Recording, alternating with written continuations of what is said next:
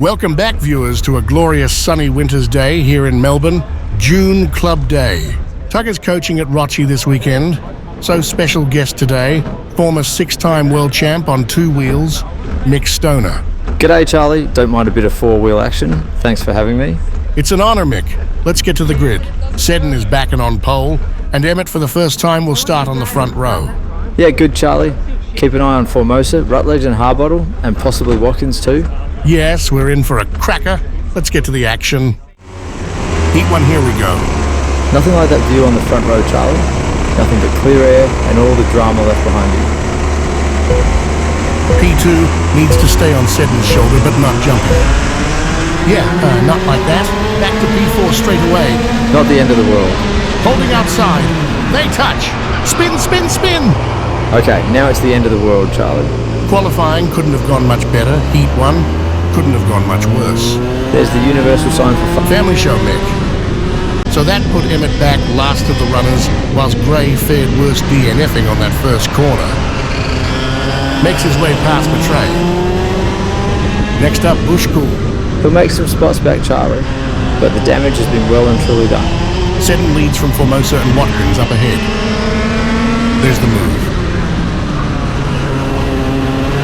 Bushcool switch back? Not quite.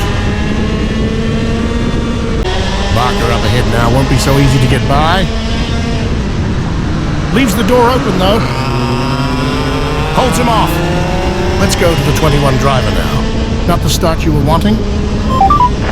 Yeah, Charlie, just moving to Karting inside and that was it. Okay, well, still time to go here. We'll want to clear Barker quickly here. He's running out of laps now. Yes, that pack of Lowison, Cirillo, Draffin and Freely, he will want to get to. There's the move. Only 3 laps to go though. There's a good battle going ahead. Harbottle managed to clear them, but I don't think he will get there. Yes, Mick. Last lap now. Probably too far back to try something here. Those blokes have been jostling all race. Meanwhile, up ahead in the top 5, Seddon leads from Formosa, Watkins, Rutledge and Harbottle. I think he's going to send it here, Charlie. Not from there. A move of frustration by the looks, Barker capitalizes and takes P10 back. A heat to forget after that promising front row start. Let's get into Heat 2 now, as you were, gentlemen. Let's see how this start goes, Charlie.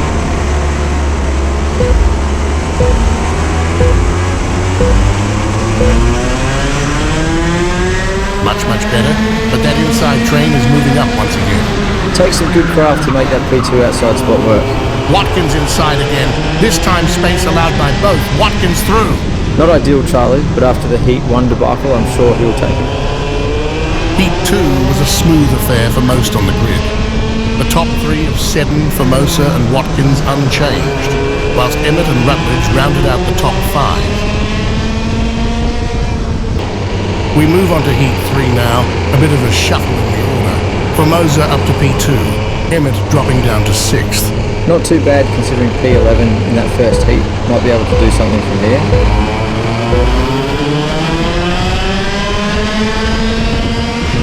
Everyone through smoothly here. Watkins does take Formosa up the inside, as we so often see. A lot of the guys say you'd rather quali P3 over P2 at this track, Charlie. Another steady heat here, although late on Rutledge and Harbottle, putting the move on Watkins. Both up the inside there.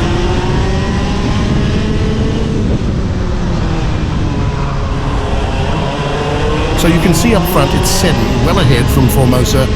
Then a decent gap to Rutledge now in P3, Harbottle P4, and Watkins has slipped back to P5. Lost 2 spots on the last lap there, Charlie. That'll hurt.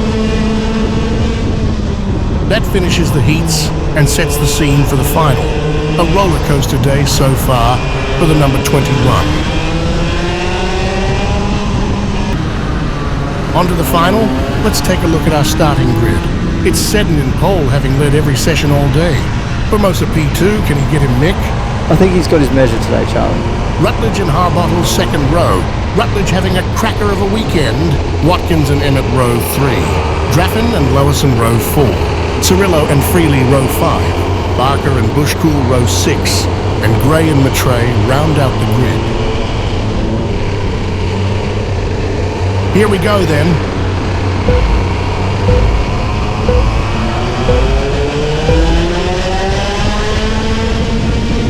We're off for the last time today. Watkins already moving up under Harbottle. Rutledge on Formosa too. Emmett with a chance. Watkins cuts Harbottle off. Glenn unlucky there. Holds outside up to P5. Formosa wasting no time. Back into P2 up ahead. Watkins takes a look on Rutledge too here. Everyone pushing hard. Up didn't work. Bad exit. Emmett takes advantage with more momentum. That's P4. Yep, smart driving. Good move. The race settled in after a jostling start. Emmett continued to pressure Rutledge for that last podium spot, reeling him back in as we go to the final lap. Seddon and Formosa well ahead of these two. Our championship leader not quite able to pressure him. That's 2 wins from 2 events so far this year for Seddon. Yeah, easy to see why he got the votes for our driver of the day. This has been close for the last podium spot, Emmett, with half a look. Just can't get there. That's Harbottle now ahead of Watkins back there.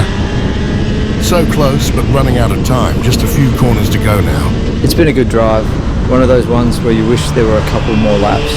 Yep, he's kept Rutledge honest, but the number 7 hasn't put a foot wrong, earning himself a well-deserved and determined podium. Last corner now, and that's a wrap. Seddon completes a clean sweep from morning to afternoon. Formosa P2, Rutledge P3. Emmett with his best finish in a final here P4. Harbottle rounding out the top 5. Good to see some familiar faces returning this week, as well as some new names. As we move to the championship table, I'd like to thank Nick for joining us today. Thanks for having me, Charlie. Been my pleasure. We hope you all enjoyed today's coverage. We'll see you next time.